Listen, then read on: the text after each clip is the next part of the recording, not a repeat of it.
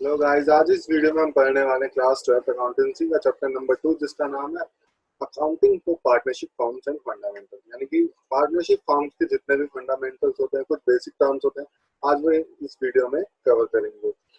चलिए स्टार्ट करते हैं इसके इंट्रोडक्शन से। जैसे कि हम पढ़ चुके हैं कि जो बिजनेस एंटिटी है वो हम तीन तरीके से फॉर्म कर सकते हैं, एक सोल प्रोप्राइटरशिप में, या पार्टनरशिप फॉर्म में, या कंपनी में। जी हाँ।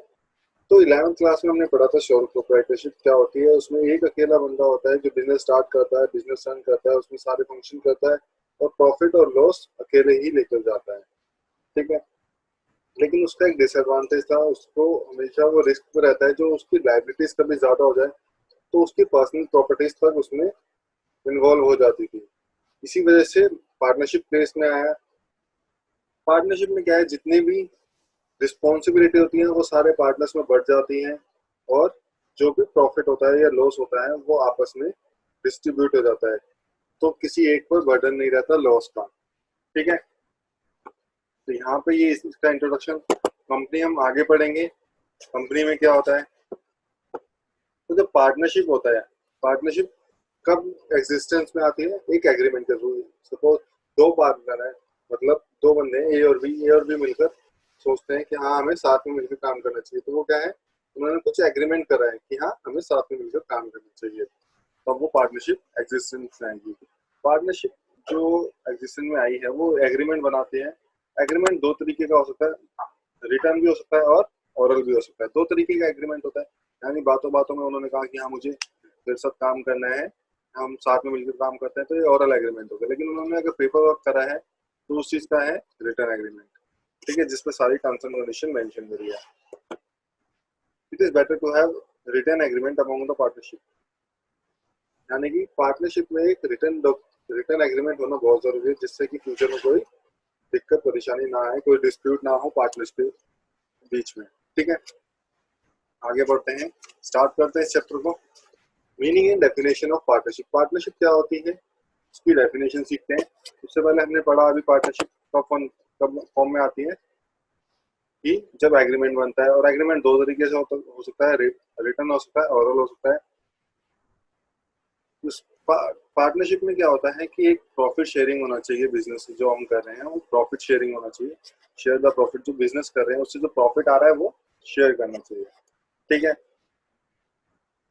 The firm and business may be carried on by all partners। यानी कि बिजनेस जो हम कर रहे हैं, तो हम ABCD चार पार्टनर है बिजनेस में, चारों मिलकर बिजनेस स्टार्ट करते हैं। कुछ टाइम बाद होता क्या है, तीन पार्टनर्स को किसी काम से आउट ऑफ दिल्ली जाना पड़ता है, आउट ऑफ स्टेट जाना पड़ता है कहीं पर भी।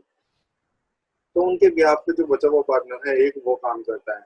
इसमें वही लिखा है कि उनके या तो सारे पार्टनर्स भी काम कर सकते हैं डे टू डे एक्टिविटीज में, कोई अकेला पार्टनर भी बिजनेस को चला सकता है उनके बिहाफ पर। पर as per law it is not necessary to have a written agreement. Written agreement करना जरूरी नहीं है एज पर लॉ। ठीक है। तो, लेकिन हमें क्या करना चाहिए, एक एग्रीमेंट हमें बना लेना चाहिए, जिससे कि हमें कोई परेशानी ना हो, कोई दिक्कत ना आए फ्यूचर में पार्टनरशिप में प्रॉफिट को लेकर। ठीक है। आइए इसकी छोटी सी डेफिनेशन है, पढ़ते हैं। क्या दे रखा है, partnership is the relation between two और more persons who have agreed to share the profit of a business carried on by all or any one of them acting for all. मतलब partnership क्या होता है, partnership is the relation between two और more person, दो या दो से ज्यादा लोगों का एक रिलेशन होता है, जो एग्री करते हैं कि प्रॉफिट शेयर करेंगे और बिजनेस चलाएंगे। या बिजनेस सारे मिलकर भी चला सकते हैं, कैरी बिजनेस कैरी कौन कर सकते हैं, सारे partner by all or any one of them acting for all, यानी उनके बिहाफ पर कोई एक पार्टनर भी काम कर सकता है। ठीक है। सारे पार्टनर बोलते हैं कि हाँ हमारे पास कैपिटल है, कैपिटल ले लो, और हमारे पास अभी टाइम नहीं है कि हम डे टू डे एक्टिविटी में पार्ट ले सके, तो हमारे बिहाफ पे काम कर लेना। अब आते हैं इसकी कैरेक्टरिस्टिक्स की तरफ। जैसे कि डेफिनेशन हम पढ़ चुके हैं, दो से दो ज्यादा लोग चाहिए होते हैं पार्टनरशिप बनाने के लिए, एक से ज्यादा लोग। ठीक है। मिनिमम दो और ज्यादा दो से ज्यादा। A partnership business can be commence with two और मोर पार्टनर्स। सारे पार्टनर्स कैसे होने चाहिए, जो कॉन्ट्रैक्ट में आ सके। ठीक है। कोई माइनर नहीं होना चाहिए, यानी 18 साल से कम, कोई अनसाउंड माइनर नहीं होना चाहिए, या कोई डिस्क्वालिफाइड बाय लॉ नहीं होना चाहिए कोई बंदा। ठीक है। उन सबके बीच में एक एग्रीमेंट होना चाहिए, एग्रीमेंट जैसा हमने पढ़ा कि पार्टनरशिप एग्जिस्टेंस में कब आती है, एग्रीमेंट से। एग्रीमेंट कौन सा हो सकता है, रिटर्न भी हो सकता है और ऑरल भी हो सकता है। रिटर्न एग्रीमेंट को हम क्या कहते हैं, पार्टनरशिप डीड कहते हैं। ठीक है, नेक्स्ट आता है लॉफुल बिजनेस। लॉफुल बिजनेस क्या होता है, जो हम काम करने वाले हैं, जो बिजनेस स्टार्ट करने वाले हैं, वो कैसा होना चाहिए, लॉफुल होना चाहिए। लॉफुल मतलब कोई गैर कानूनी काम नहीं कर रहे। For example, Chunu Munnu are partners doing smuggling and share the amount earn equally, यानी कि वो स्मगलिंग का काम कर रहे हैं और जो उससे प्रॉफिट हो रहा है वो इक्वली शेयर कर रहे हैं, पर लेकिन ये काम इलीगल है। एक और एग्जांपल देख लेते हैं। Chhotu Lambu Motu purchase a piece of land jointly and sold after some time at a profit, यानी कि तीनों ने मिलकर एक लैंड परचेज करा और उसे थोड़ा टाइम बाद प्रॉफिट में बेच दिया। The profit earn from sale of land was shared by them equally, यानी कि उन्होंने जो प्रॉफिट अर्न करा वो इक्वली शेयर कर लिया। तो क्या हम इसको बिजनेस कह सकते हैं? नहीं। हमने पढ़ा है बिजनेस क्या होता है, जो डेली डेली चलता है। ठीक है, बार बार ट्रांजेक्शन होती है, तो ये बिजनेस ट्रेड नहीं करा जाएगा, पार्टनरशिप बिजनेस। नेक्स्ट क्या होता है, प्रॉफिट शेयरिंग भी होना चाहिए। कुछ कुछ जो हम पार्टनरशिप कर रहे हैं उसमें कुछ ना कुछ प्रॉफिट शेयर होना चाहिए। यानी सपोज जैसे मैंने 4 पार्टनर है, चारों हमारा end of the year profit हुआ, कुछ प्रॉफिट हुआ, प्रॉफिट हम कौन से शेयर में बांटेंगे, 4 पार्टनर कितना कितना लेकर जाएंगे, तो ये हमें कुछ ना कुछ डिसाइड करना पड़ेगा। तो ये कहाँ से होगा, the ratio of profit sharing should be determined by the agreement, यानी कि जो पार्टनर्स ने एग्रीमेंट बना रखा होगा उसमें डिसाइड होगा, उसमें मेंशन होगा कितना कितना होना चाहिए, सबको 20% मिलेगा, कितना कितना मिलेगा, सब रेशियो उसमें एग्रीमेंट में मेंशन होगा। अगर एग्रीमेंट ही नहीं बनाया, जैसे कि हमने पढ़ा कि एग्रीमेंट बनाना जरूरी नहीं है, अगर पार्टनरशिप डीड ही नहीं बनाई उन्होंने, उस केस में क्या होगा, उस केस में in such a situation profit and loss should be shared equally, profit और लॉस इक्वली डिस्ट्रीब्यूट हो जाएगा। ठीक है, नेक्स्ट फीचर पे आते हैं इसके, business carried on by all or any of them acting for all, यानी कि जैसा हम पढ़ चुके हैं बिजनेस कौन कैरी कर रहा है, बाय ऑल पार्टनर, सारे पार्टनर्स भी कैरी कर सकते हैं या उनके बिहाफ पे कोई एक पार्टनर भी कैरी कर सकता है। ठीक है,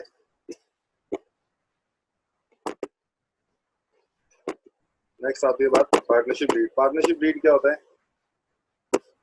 पार्टनरशिप डीड हम रिटर्न एग्रीमेंट को बोलते हैं, जो कौन सारे पार्टनर साइन करते हैं। एक डॉक्यूमेंट होता है, ये क्या कंटेन करता है, contain all terms and condition of partnership, यानी कि पार्टनरशिप की जितनी भी टर्म्स एंड कंडीशन होती हैं वो सारी हम इसमें मेंशन करते हैं। ठीक है, द एग्रीमेंट में भी रिटर्न और order in the absence of return agreement, written agreement के बेस जब नहीं होता रिटर्न एग्रीमेंट, पार्टनरशिप डीड नहीं बनाई, देयर मे बी डिस्प्यूट और conflicts among other partners regarding profit. जब पार्टनरशिप डीड नहीं बनाई है तो प्रॉफिट को लेकर पार्टनर्स के बीच में मतभेद हो सकते हैं, कुछ भी बात हो सकती है, इसलिए हमें क्या करना चाहिए, an agreement should be return, एक एग्रीमेंट बनाना चाहिए रिटर्न में और साइन करवाने चाहिए सारे पार्टनर से। ठीक है, आगे बढ़ते हैं। A partnership deed is a written agreement among the partners which contain terms of agreement. It is also called articles of partnership. So क्या कहते हैं हम, articles of partnership भी कहते हैं। अब इसमें क्या क्या चीजें मेंशन होती है वो एक बार देख लेते हैं। मैंने यहाँ पर सारी चीजें तो मेंशन नहीं करी है, बट जो इम्पोर्टेंट हैं वो मैंने मेंशन कर दिया है। तो एक बार देखिए, name and address of a firm as well as the partners, यानी फॉर्म का जो भी नाम है, एड्रेस है, या पार्टनर्स का नाम है, पार्टनर्स का एड्रेस है, वो हम क्या करेंगे, यहाँ पर मेंशन करते हैं। नेचर ऑफ द बिजनेस, यानी बिजनेस क्या काम कर रहा है वो मेंशन करते हैं। ड्यूरेशन कितनी होनी चाहिए, सपोज मैंने ए और बी ने मिलकर पार्टनरशिप करी कि हाँ हम 10 साल तक साथ में काम करेंगे, उसके बाद हमारी पार्टनरशिप खत्म, तो ऐसी कोई बात है, अगर कोई ड्यूरेशन है तो वो उसमें मेंशन होगी।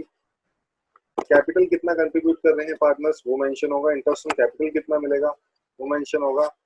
अब इंटरेस्ट ऑन कैपिटल क्या होता है, जो कैपिटल पे जो इंटरेस्ट दिया जाता है पार्टनर्स को उसे कहते हैं इंटरेस्ट ऑन कैपिटल। ठीक है, ऐसे ही ड्राइंग पे भी हम इंटरेस्ट लेते हैं पार्टनर से, जो पार्टनर ड्राइंग करता है उस पर हम क्या करते हैं, उस पर हम इंटरेस्ट पार्टनर से लेते हैं। प्रॉफिट शेयरिंग रेशियो होगा, कुछ ना कुछ मेंशन होगा उसमें। नेक्स्ट क्या है, इंटरेस्ट ऑन लोन, यानी कि लोन जो आएगा उस पर कितना परसेंट इंटरेस्ट देना होगा पार्टनर, कितनी सैलरी या कमीशन देनी होगी, या और ये last date of commencement of partnership, partnership हमारी कब बनी है वो हमें सारा पार्टनरशिप डीड में मेंशन होता है। आखिर हमें पार्टनरशिप डीड बनानी क्यों पड़ती है, क्यों बनानी चाहिए, क्योंकि लॉ में तो जरूरी नहीं है पार्टनरशिप डीड बनाना, फिर क्यों बनाते हैं हम, क्यों, क्योंकि उसके कुछ फायदे हैं। क्या फायदे हैं वो पढ़ते हैं। देखिए, पहला फायदा है, जब पार्टनर्स के बीच में कोई भी डिस्प्यूट होगा फ्यूचर में प्रॉफिट्स को लेकर या किसी भी चीज को लेकर, तो उस उस टाइम पे पार्टनरशिप डीड बहुत हेल्पफुल रहेगी, इंपॉर्टेंट रोल निभाएगी। ठीक है, इसलिए हम पार्टनरशिप डीड बनाते हैं और ये एज अ एविडेंस के रूप में काम करती है लॉ कोर्ट में। ठीक है, इसलिए हम बनाते हैं और इसकी वजह से जो फंक्शनिंग होती है हमारी काफी स्मूथ रहती है, कोई मिसअंडरस्टैंडिंग नहीं आ पाती। ठीक है, लेकिन अगर बात करें पार्टनरशिप डीड जब हमने नहीं बनाई है तो क्या होगा, क्योंकि लॉ के अकॉर्डिंग ये जरूरी नहीं है कि पार्टनरशिप डीड बनानी जाए। ठीक है, नहीं बनाई है तो क्या होगा, देखते हैं। Rules applicable in absence of partnership, rules कौन से एप्लीकेबल होंगे और किसके एप्लीकेबल होंगे? ये रूल्स एप्लीकेबल होंगे पार्टनरशिप एक्ट 1932 के। क्या कहते हैं रूल्स? प्रॉफिट शेयरिंग रेशियो कैसा रहेगा? इक्वल रहेगा। प्रॉफिट होगा जो भी या लॉस होगा जो भी, वो कैसा रहेगा? इक्वल रहेगा। मतलब आगे क्या लिखा है? इररिस्पेक्ट ऑफ कैपिटल कंट्रीब्यूशन, यानी कि जो भी उनका कैपिटल कंट्रीब्यूशन है उसको नहीं देखेंगे। सपोज ए बी सी तीन पार्टनर है, एक कैपिटल है ये 50 लाख, बी की कैपिटल है 10 लाख, सी की कैपिटल है 50,000। अब ऐसे प्रॉफिट हुआ तो प्रॉफिट में बोलेगा ए कि मेरी कैपिटल तो 50 लाख है, मुझे ज्यादा प्रॉफिट मिलना चाहिए। लेकिन जब पार्टनरशिप डीड नहीं बनाई है तो ये कैपिटल कंट्रीब्यूशन नहीं देखता किसी का। हमें क्या करना है? इक्वली प्रॉफिट शेयरिंग रेशियो करनी है। ठीक है, interest on capital, interest on revenue, salary, ये नहीं दिए जाते किसी पार्टनर्स को। या ठीक है, interest on loan by partner, तो कोई पार्टनर अगर लोन देता है तो उसको हम कितना इंटरेस्ट देते हैं? 6% पर एनम इंटरेस्ट देते हैं। देखिए, distribution of profit among the partners, transaction or partnership are recorded according to the principle of double entry bookkeeping system and as in case of the sole proprietor concern, a partnership will also trading account, profit and loss account and balance sheet at the end of every year. The only difference between accounting of sole trader and a partnership firm is that the profit of the partnership firms are divided among the partners. मतलब इतना बड़ा paragraph बोल क्या बोल गया देखते हैं। देखिए, पार्टनरशिप और जो सोल प्रोप्राइटरशिप होता है दोनों में कोई फर्क नहीं है। उसमें ये है जो फर्क बता रहा है कि मतलब अकाउंट्स में कोई फर्क नहीं है, दोनों डबल एंट्री पे काम करते हैं, double entry book keeping system पे। दोनों में ट्रेडिंग अकाउंट बनता है, प्रॉफिट एंड लॉस अकाउंट भी बनता है, बैलेंस शीट भी बनती है। जी हाँ, लेकिन डिफरेंस क्या है? डिफरेंस ये है कि जो प्रॉफिट बढ़ता है सोल प्रोप्राइटर में वो डिवाइड नहीं होता, अकेले उसको जाता है ऑनर को। लेकिन पार्टनरशिप में क्या होता है? ये डिवाइड हो जाता है किसमें? पार्टनर्स में। ठीक है, तो ये प्रॉफिट डिस्ट्रीब्यूट होता है। बात करते हैं charge against profit and appropriation out of profit. मतलब चार्ज क्या होता है, एप्रोप्रिएशन क्या होता है? चलिए, चार्ज मतलब कुछ ऐसे खर्चे जो प्रॉफिट हो या लॉस हो हमें तब भी पे करने हैं, और एप्रोप्रिएशन क्या होता है? कुछ ऐसे खर्चे जो प्रॉफिट होगा तभी होंगे। जैसे मैं बात करूं रेंट की, मुझे रेंट पे करना है, प्रॉफिट हुआ या लॉस हुआ वो मायने नहीं रखता, रेंट देना ही देना है। ठीक है, तो ऐसे जो खर्चे होते हैं जो प्रॉफिट या लॉस नहीं देखते वो कहाँ जाते हैं? प्रॉफिट एंड लॉस अकाउंट में। और कुछ ऐसे खर्चे होते हैं जैसे कि पार्टनर्स को हमने सैलरी दे दी, तो वो सैलरी कब देंगे? जब प्रॉफिट होगा तभी तो देंगे। तो ऐसे खर्चे कहाँ जाते हैं? Profit and loss appropriation account में। दोनों ही नॉमिनल नेचर के अकाउंट बनते हैं ये। तो आइए पढ़ते हैं।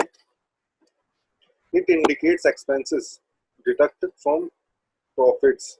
कहाँ से डिडक्ट होते हैं ये एक्सपेंसेस? प्रॉफिट से। जब हम कैलकुलेट कर रहे हो क्या, नेट प्रॉफिट और नेट लॉस कैलकुलेट कर रहे हो, तब ये एक्सपेंसेस हमारे डिडक्ट हो जाते हैं, यानी कि प्रॉफिट एंड लॉस अकाउंट में डिडक्ट होते हैं। ठीक है, it indicates distribution of net profit to various head. ये कहाँ कहाँ डिस्ट्रीब्यूट हो जाता है? वेरियस हेड में डिस्ट्रीब्यूट हो जाता है। ठीक है, नेट प्रॉफिट जो आता है प्रॉफिट एंड लॉस अकाउंट से निकलकर वो जाता है net profit and loss appropriation account में। फिर वहां पर कुछ खर्चे होते हैं जो डिस्ट्रीब्यूट किए जाते हैं। ठीक है, चार्ज जो होते हैं वो कहाँ जाते हैं? डेबिट होते हैं प्रॉफिट एंड लॉस अकाउंट में। यहाँ पर हम एक्सपेंसेस की ही बात कर रहे हैं सिर्फ। ठीक है, तो प्रॉफिट एंड लॉस अकाउंट में डेबिट हो जाते हैं। जैसे मैं रेंट की बात करी मैंने अभी, वो आ जाएगा प्रॉफिट एंड लॉस में डेबिट साइड पे। जी, नेक्स्ट है एप्रोप्रिएशन में जो एक्सपेंस आते हैं वो डेबिट हो जाते हैं प्रॉफिट एंड लॉस के एप्रोप्रिएशन अकाउंट में, क्योंकि दोनों नॉमिनल नेचर के अकाउंट हैं, दोनों में डेबिट साइड क्या होगा? एक्सपेंसेस आएंगे। नेक्स्ट बात करें It is necessary to make interest to make charge against profit even if there is loss। यानी कि चार्ज क्या होता है, कुछ ऐसे खर्चे होते हैं जो हमें देने ही देने, चाहे प्रॉफिट हो या लॉस हो। ठीक है। एप्रोप्रिएशन कब होते हैं? Are made only when there is profit. Appropriation ऐसे होते हैं जो प्रॉफिट होगा तभी पे करने हैं जी। ठीक है, अदरवाइज नहीं पे करने हैं। फॉर एग्जाम्पल रेंट, मैंने बात करी, रेंट पे करना है चाहे लॉस हो तब भी पे करना है, या इंटरेस्ट ऑन लोन, लोन ले रखा है उस पर इंटरेस्ट देना है चाहे हमें लॉस क्यों ना हो गया हो। सैलरी टू पार्टनर की बात करें, जब प्रॉफिट होगा तभी सैलरी मिलेगी, अदरवाइज नहीं मिलेगी। या profit transfer to journalism, profit को हम जर्नलिज्म में कब ट्रांसफर करेंगे? जब प्रॉफिट होगा तभी तो ट्रांसफर करेंगे जी। नेक्स्ट बात करते हैं interest on partners loan. If a partner has given loan to the firm, he is entitled to receive interest on such loan at an agreed rate। मतलब जब कोई पार्टनर फर्म को लोन देता है तो वो एक इंटरेस्ट का हकदार है, वो भी एक एग्री रेट पे जो उन्होंने एग्री कर रखा है। क्योंकि एक चार्ज होता है तो कहाँ जाता है? प्रॉफिट एंड लॉस अकाउंट में चला जाता है, डेबिट साइड पे। It is provided irrespective of profit और लॉस, यानी कि प्रॉफिट हो तब भी देना है, लॉस हो तब भी देना है। ठीक है। It is also be provided in the absence of partnership deed 6% per annum. क्या कहेगा? कहेगा कि अगर पार्टनरशिप डीड नहीं बनाई है तब भी हमें ये 6% पर एनम के अकॉर्डिंगली देना है, जैसे कि हमने पढ़ा था in the absence of partnership deed में जो रूल में है। ठीक है। तो क्या एंट्री पास करेंगे हम इसकी? फॉर अलाउइंग, जब हम इंटरेस्ट देते हैं पार्टनर को, इंटरेस्ट देते हैं तो क्या एंट्री पास करेंगे? इंटरेस्ट ऑन पार्टनर्स लोन हमारा एक्सपेंस है तो हम डेबिट कर देंगे, ये हमारी लायबिलिटी इंक्रीज हो जाएगी इसलिए हमने इसको क्रेडिट कर दिया। तो अब जो एक्सपेंस है उसको हम ट्रांसफर करेंगे कहाँ पर? प्रॉफिट एंड लॉस अकाउंट में। इसको ट्रांसफर करने की entry profit and loss account debit to interest on loan. ये छोटा सा टॉपिक था आज का, आज के लिए इतना ही।